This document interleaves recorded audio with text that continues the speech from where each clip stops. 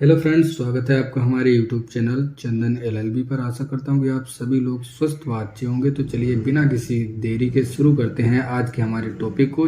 दोस्तों, आज मैं लेके आया हूँ आप सभी के लिए कोरोना वायरस पर निबंध, ऐसे ऑन कोरोना वायरस, जिसे मैंने बहुत ही प्रभावशाली शब्दों में लिखा है और जो कि इस समय चौथी लहर की वजह से ट्रेंडिंग में भी है। और यही कारण है कि 2023 में होने वाले बोर्ड्स के एग्जाम में इस निबंध के आने की प्रोस्पेक्ट यानी कि संभावना काफ़ी ज़्यादा है।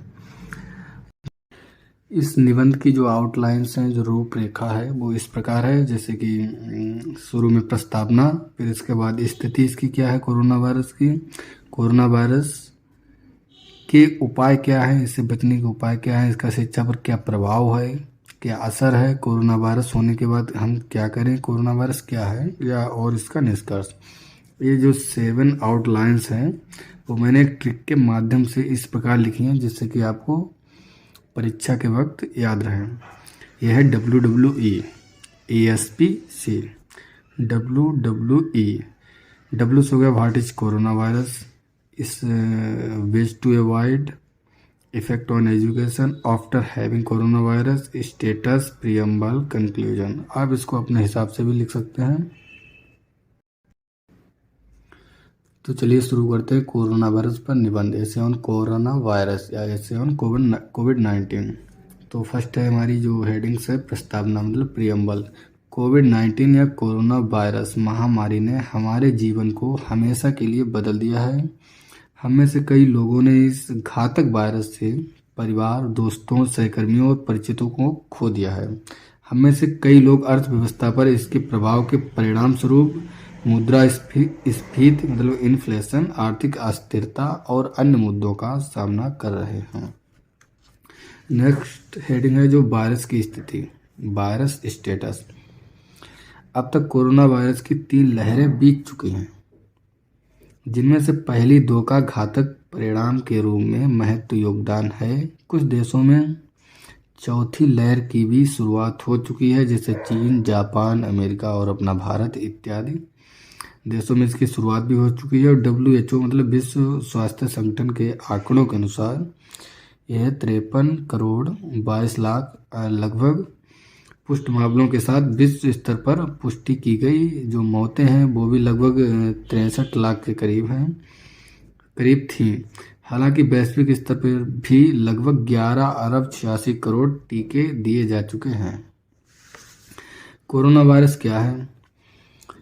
तो कोरोना वायरस बीमारी एक संक्रामक बीमारी है जिसके हो जाने से इंसानों को तुरंत पता नहीं चलता है। इसके लक्षण नॉर्मल फीवर की भांति हैं, पर इसके प्रकोप बहुत ही भयानक हैं, इतना कि लाखों लोगों की जान तक चली गई है।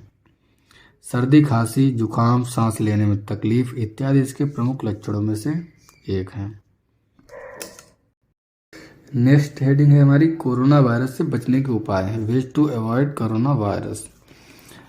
ये पॉइंट्स में मैंने लिखा है इसको। अपने हाथों को निरंतर साबुन से धोए रहिए।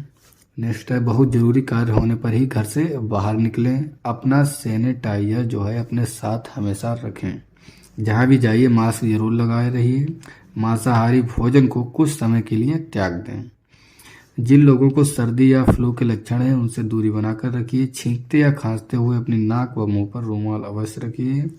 गंदे हाथों से अपने मुंह, नाक और आंखों को बिल्कुल ना छुएं। सार्वजनिक वाहन जैसे बस, ट्रेन, ऑटो या टैक्सी से यात्रा ना करें इत्यादि जो है कोरोना वायरस से बचने के उपाय हैं जो आपको इस ऐसे में लिखने हैं। नेक्स्ट हेडिंग है जो हमारी कोरोना वायरस होने के बाद क्या करें, what to do after having corona virus. तो दोस्तों, अपने घर में सभी से उचित दूरी बनाकर रखें। खुद को एक कमरे में लॉक कर लें। मतलब अगर आपको कोरोना वायरस हो गया है तब ये करना है। ये चीज़ आपको ऐसे में लिखनी है कि अपने घर में सभी से उचित दूरी बनाकर रखें और खुद को एक कमरे में लॉक कर लें। किसी से भी मिलना जुलना कुछ दिनों के लिए छोड़ दें और डॉक्टर के द्वारा दी गई दवाइयों को समय समय पर खाते रहिए। और आपको अपने आप को 15 दिन तक कम से कम क्वारंटीन रखना होगा, जिसमें आपको सावधानियां बरतनी होगी जब तक आपकी कोरोना वायरस की रिपोर्ट निगेटिव ना आ जाए। जो नेक्स्ट हेडिंग है हमारी, कोरोना वायरस का शिक्षा पर क्या प्रभाव पड़ा। What is the effect of corona virus in education.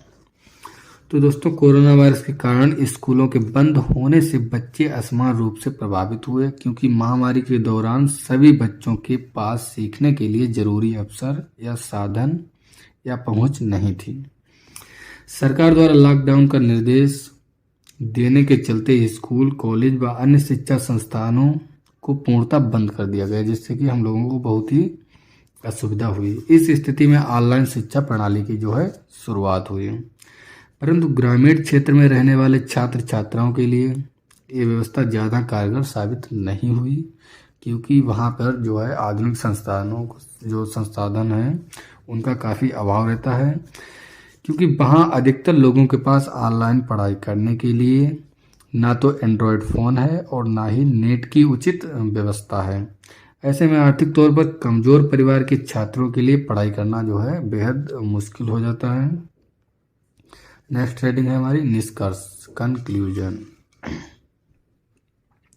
उपरोक्त के आधार पर हम इस निष्कर्ष पर पहुंचते हैं कि अब तक इस कोरोना वायरस नामक महामारी के कारण हमारे आर्थिक, सामाजिक व शैक्षिक जीवन पर बहुत बुरा असर पड़ा है, और इस चौथी लहर में हमें इन सब चीज़ों का सामना ना करना पड़े जो हमारे शैक्षिक व आर्थिक जीवन पर प्रभाव डालें। इसलिए हमें इस महामारी से लड़ने के लिए सावधानी बरतने व जागरूक होने की ज़रूरत है। सावधान रहें, सतर्क रहें